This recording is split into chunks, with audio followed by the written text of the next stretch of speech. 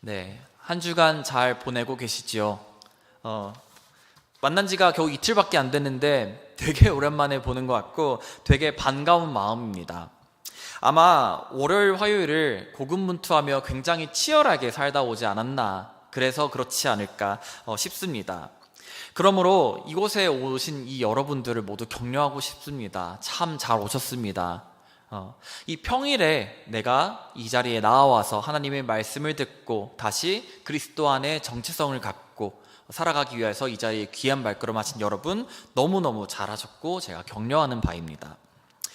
요즘 제가 청년들에게 굉장히 많이 하는 맥락 하나, 주제 하나가 있습니다. 바로 여러분, 주일만 그리스도인이 아닙니다.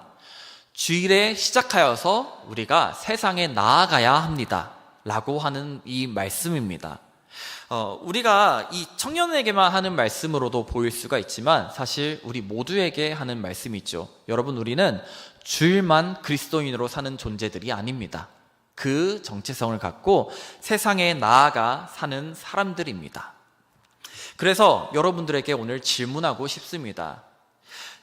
나는 세상에 속한 자입니까? 아니면 하나님께 속한 자입니까? 네, 그렇습니다. 나는 하나님께 속한 자입니다. 자, 근데 우리가 그렇게 하나님께 속한 자로 살아가는 게 정말 쉽지 않을 겁니다. 그리고 특히 학업을 하고 있는 우리 청년들, 청소년들, 그리고 세상에 일을 하고 있는 우리 젊은 세대들, 그리고 우리 엄마 아빠 세대를 모두 쉽지 않은 삶을 살고 있다는 것을 알고 있습니다. 그러므로 제가 아주 대표적인 모두의 이야기를 이제 짬뽕시켜서 가져온 이 이야기를 한번 해보겠습니다. 바로 우리의 삶이지 않나 싶습니다. 제가 이야기해 보겠습니다. 자, 오늘도 아침에 이제 일어납니다. 그리고 내게 부여된 해야 할 일을 하러 세상에 나갑니다. 지하철을 타고 버스를 타고 이제 출근을 하게 됩니다. 내가 해야 할 일을 하러 가게 됩니다. 사회에서 마주하는 사람들과 관계하며 살아갑니다. 가족과 같이 일하고 싶지만 사실 세상에서 만난 이들과 가족과 같은 관계를 형성하고 유지하며 살아가는 것은 쉽지가 않습니다. 더욱 돈으로 얽힌 관계는 더욱더 말이지요. 어느 정도 관계를 유지하며 그들과 사실 경쟁도 하고 시기 질투도 하고 협력해야 할 때는 협력하며 살아가는 게 바로 우리입니다. 나에게 어느 날 새로운 직무가 부여됩니다. 제가 이 일을 해야 할지 말아야 할지 고민 중에 있는데 나의 기준은 바로 편안함 또는 비전이 있는지 또는 이게 돈이 되는지에 대한 기준을 갖고 이 일을 해야 할까 가늠을 하며 내가 선택에 고민을 하고 있습니다. 요즘 좋지 않은 감정에 있는 관계가 있습니다. 어디 가나 하나씩 꼭 있는 그 관계 말이지요. 어떻게 풀어야 할지 모르겠습니다. 근데 이전에는 이러한 관계가 내가 힘을 써서 풀어야 되는 관계라고 생각이 되었다면 이제는 굳이 틀어진 관계에 힘을 쓰고 싶지 않습니다. 내가 힘든 거가 싫습니다. 그냥 유지하면서 신경 쓰지 아니하며 상관하지 아니하며 살아갑니다. 그러니까 나는 나의 감정에 충실히 살아갑니다. 이러한 우리의 일상적인 이야기를 한번 말씀드려 보았습니다. 자, 그러다가 여러분 주일이 됩니다. 그러다가 예배 드리는 날이 됩니다. 하나님이 내게 주신 공동체가 보이기 시작합니다. 다른 약속들이 있더라도 주일에는 교회에 나오는 것이 나의 우선순위입니다. 처음 온 성도가 보여서 한 번이라도 인사하고 적응을 돕기 위해서 내가 마음 다해 할 수 있는 것을 하고 싶습니다. 가끔은 예배가 지루할 때가 있습니다. 그럼에도 내가 이 예배를 집중하기 위해서 다리도 꼬집어가며 귀도 열어가면서 이 예배에 집중하고자 합니다. 그렇게 하나님의 사랑을 품고 살아가고자 하는 게 바로 우리의 주일입니다. 자, 근데 여러분, 방금 들은 이 이야기에서, 그러니까 첫 번째 이야기에서 그리스도인의 삶이 들어가 있습니까? 우리의 아주 일상적인 삶을 제가 예화로 들었는데 그 삶에 그리스도가 과연 어디에 있습니까? 그리고 그게 우리의 삶과도 밀접하게 관련되어 있지 않습니까? 여러분의 삶 속에서는 그리스도의 흔적이 보이십니까? 그리고 주일을 살아갔을 때 그 정체성이 내 평일과 연결이 긴밀하게 되고 계십니까? 바로 그게 오늘 말씀을 통하여서 요한이 우리에게 하는 질문들입니다. 오늘 말씀은 사도 요한이 교회가 세상의 가치와 이념들로 끊임없이 흔들릴 때의 이야기입니다. 근데 인상적인 것은 이 말씀이 예수 그리스도가 승천하여서 그 직후의 이야기가 아닙니다. 아주 오래되어서 거의 몇십 년이 지나 예배가 고착화되고 그리고 한 세기가 거의 지나갈 때쯤 예수 그리스도의 사도들은 모두 순교를 당하고 그리고 예수 그리스도의 가르침을 직접적으로 받은 자들이 이제 하나둘씩 사라져갈 때쯤, 그때쯤의 이야기입니다. 예수님이 하늘로 가신 이후에 안디옥, 소아시아, 마케도니아까지 복음이 전파되었습니다. 그리고 그 중에 오늘 말씀의 배경인 에베소에 바울과 요한이 정기적으로 복음을 전하고 그 복음을 전하고 있는 바로 요충지였습니다. 근데 이 요충지에 핵심적인 인물들이 모두 순교를 하고 모두 하늘나라로 가고 하나님 곁으로 가게 되니 그들에게 이제 믿음에 흔들리는 정체의 순간이 오게 된 것입니다. 이곳은 많은 철학과 많은 사상들이 있는 곳이었습니다. 그러니까 우리가 지금 AI나 많은 세상적인 가치관과 마주하듯이 딱 그러한 시대를 살고 있는 그들이었습니다. 그 에베소 사람들이었습니다. 그런데 이때 특별히 하나 더 이들에게 직면한 문제가 있었으니 바로 예수 그리스도의 진리를 왜곡시키기 시작하는 이단들이 세상에 하나둘 나오기 시작했을 때였습니다. 그러니까 이 이단들은 어떠한 전략을 썼냐? 그치, 너희가 말하는 예수 그리스도의 복음은 세상과 동떨어져 있잖아. 내가 말하는 예수 그리스도의 복음은 세상과 타협하여서 세상이 잘 들을 만한 복음을 내가 가져왔어 라고 왜곡을 시켜서 그들의 사상을 세상에 주입하기 시작했을 바로 그때였었습니다. 그리고 그 이야기가 진리의 말씀을 믿는 그리스도인들에게도 바로 유혹적인 그러한 시대의 배경적인 상황이었던 것입니다. 예를 들어서 그들이 했던 말은 바로 이것입니다. 예수 그리스도는 육이 아니라 영으로 오신 분이셨어. 그러니까 영이셨어. 그러니 너희들 영의 타락은 절대적으로 하지 않도록 힘써야 돼. 단 예수 그리스도가 몸이 아니셨기 때문에 몸의 타락은 어느 정도 괜찮아 라고 말하는 것이었습니다. 그러니까 이게 왜 그들에게 매혹적이었냐면 헬라 문화, 그러니까 성적으로 타락한 문화에서 얘들아 영을 지키면 돼, 육적인 타락은 괜찮아 라고 말하는 세상과의 타협적인 바로 그러한 이단적 교리였다라는 것입니다. 그러니 이 가르침이 바로 왜곡이 되고 그리스도인들도 또한 유혹에 흔들릴 때쯤, 그럴 때의 이야기입니다. 이때 성도들은 세상에 속한 자와 하나님에 속한 자 중에 어떠한 비율로 내가 맞춰서 살아가야 되는지를 고민했을 겁니다. 바로 지금 우리가 평일과 예배를 나왔을 때 어느 정도의 비율을 내가 그리스도에 속한 자에 두고 어느 정도의 비율을 내가 세상에 속한 자로 융통성 있게 살아갈지를 고민하는 것처럼 말입니다. 자, 마치 2000년이 지난 지금 우리가 세상에 속한 자와 그리고 하나님께 속한 자로 고민했듯이 그때도 이 예수 그리스도를 믿었던 그 초기에 때도 똑같은 질문들이 우리에게 있었다라는 것입니다. 다시 한번 여러분 어떠한 정체성으로 살아가고 계십니까? 좀 더 구체적으로 제가 물어보겠습니다. 과연 몇 퍼센트의 비율로 하나님께 속한 자, 세상에 속한 자로 살아가고 계십니까? 스스로에게 질문해 보시기 바랍니다. 근데 오늘 말씀은 제 질문이 모순되었다 라고 명확하게 말을 합니다. 그리고 우리에게 답을 줍니다. 한치의 양보도 없이 명확하고 단호하게 말을 합니다. 제가 4절을 읽겠습니다. 자녀들아, 너희들은 하나님께 속하였고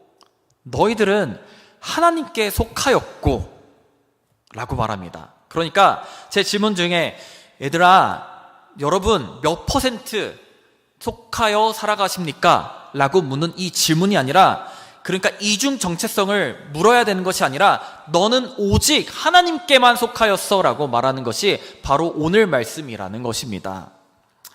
그리고 다음 절, 너희 안에 계신 이가 세상에 있는 자보다 크심이라.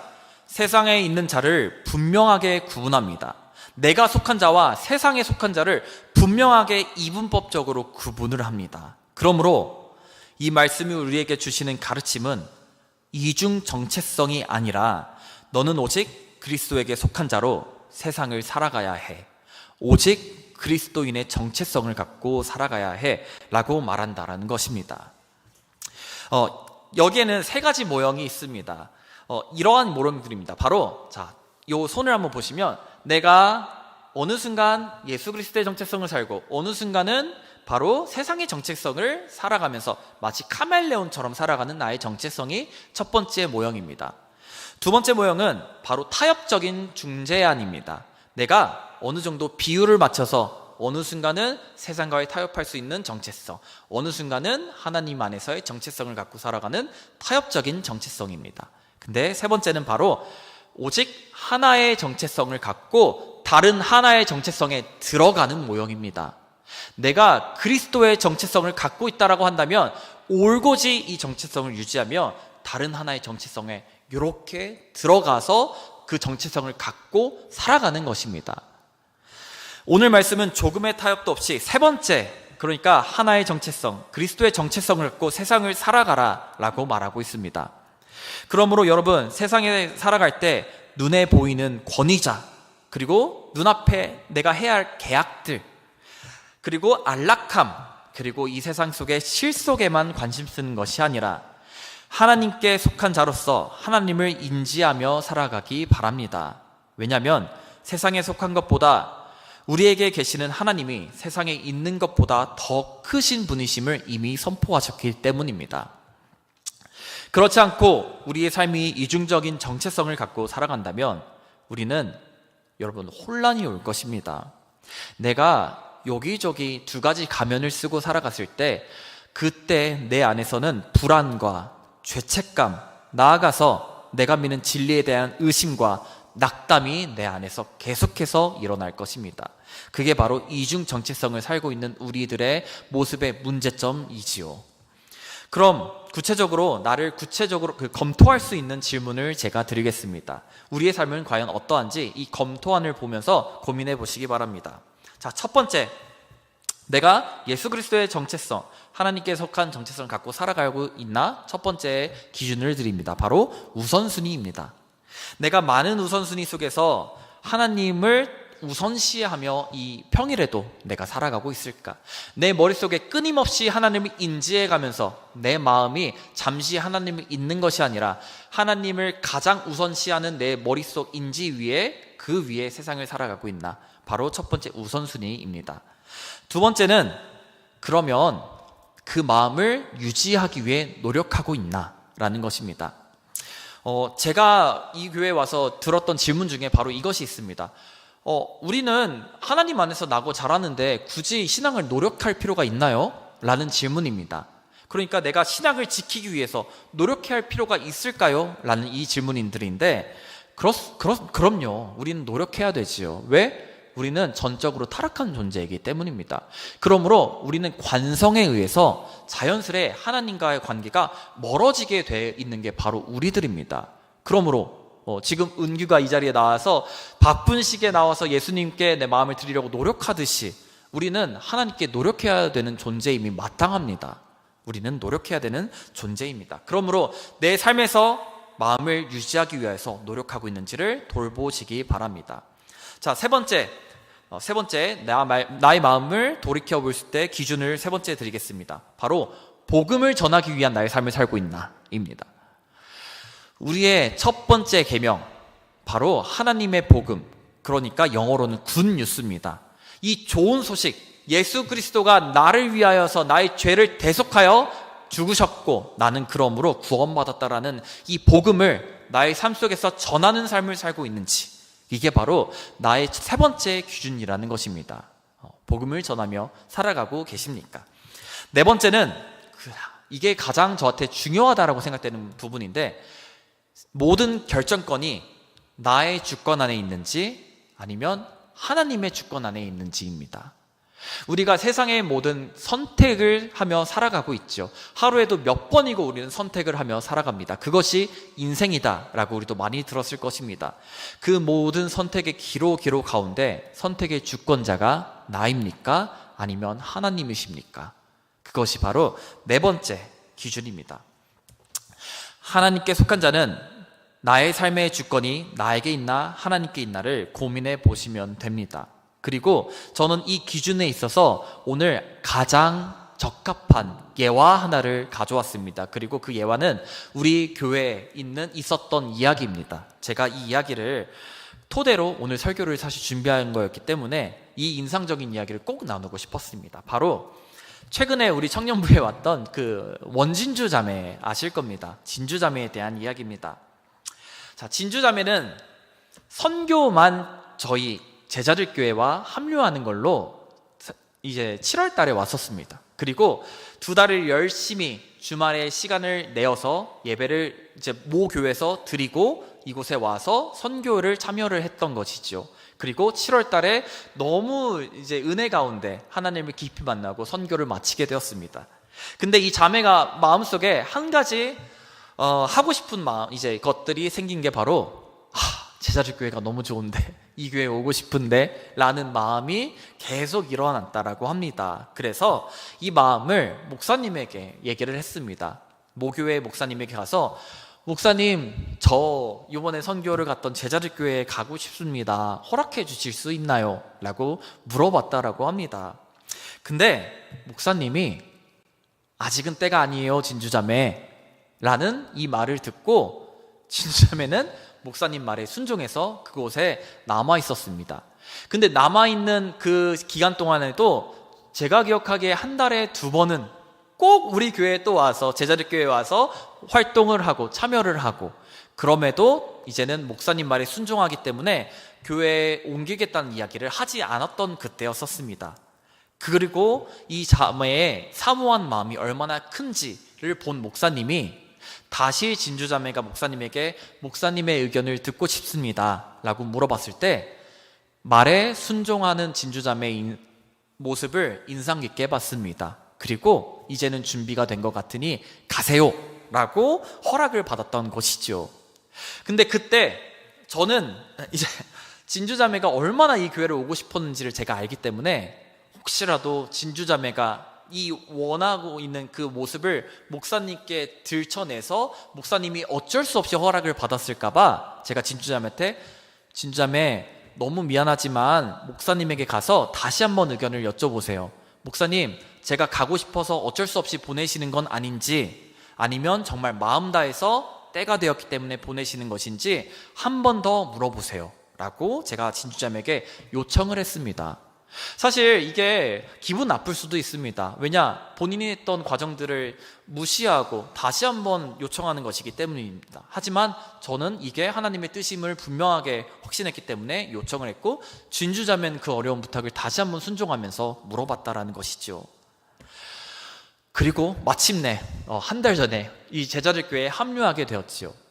자, 여러분, 내가 만약에 이 간절히 원하는 것에 대해서 나의 주권을 갖고 내가 선택자로 있었다라고 한다면 진주자매는 7월 달에 이미 이 교회에 왔을 것입니다. 하지만 진주자매의 선택의 기준은 자기의 자기의 선택에 있지 않았습니다. 바로 하나님의 선택에 있었다라는 것이죠. 그리고 교회에 옮김에 있어서는 목회자의 결정이 하나님의 주권과도 긴밀하게 연결되는 그런 부분이 있기 때문에 목회자의 의견을 주의 깊게 듣고 그리고 기도하면서 이 기나긴 과정을 잘 거쳐왔다라는 것이죠. 이 이야기를 들으면서 저는 참 귀한 이야기다. 그리고 우리가 하나님께 마음을 두었을 때 어떠한 마음으로 우리가 나아가야 되는지를 우리가 볼 수가 있었다라는 것이지요. 자, 그러므로 제가 첫 번째 했던 그 일화를 다시 돌이켜 보겠습니다. 내가 불편한 마음이 있지 않습니까? 거기서 세상을 살아가는 나의 모습이 아니라 내가 그리스도의 정체성을 갖고 살아간다면 내 이웃을 내 몸과 같이 사랑하라. 내가 아무리 힘들어도 하나님의 계명을 지키기 위해서 너무나도 싫은 그 사람에게 가서 한마디라도 더 걸며 내가 이 관계를 회복하기 위해 노력하는 것이 바로 우리지요. 나에게 새로운 직무가 부여됐을 때, 나에게 새로운 기회가 부여됐을 때, 이거다 하고 아무 생각 없이 잡고, 이 선택의 기준이 돈과 명예와 안락함에만 있는 것이 아니라 내가 하나님께 나아가서, 하나님, 나에게 좋은 기회가 있습니다. 근데 내가 이곳에 가야 할까요? 라고 묻는 것이 바로 우리가 해야 할 정체성이라는 것입니다.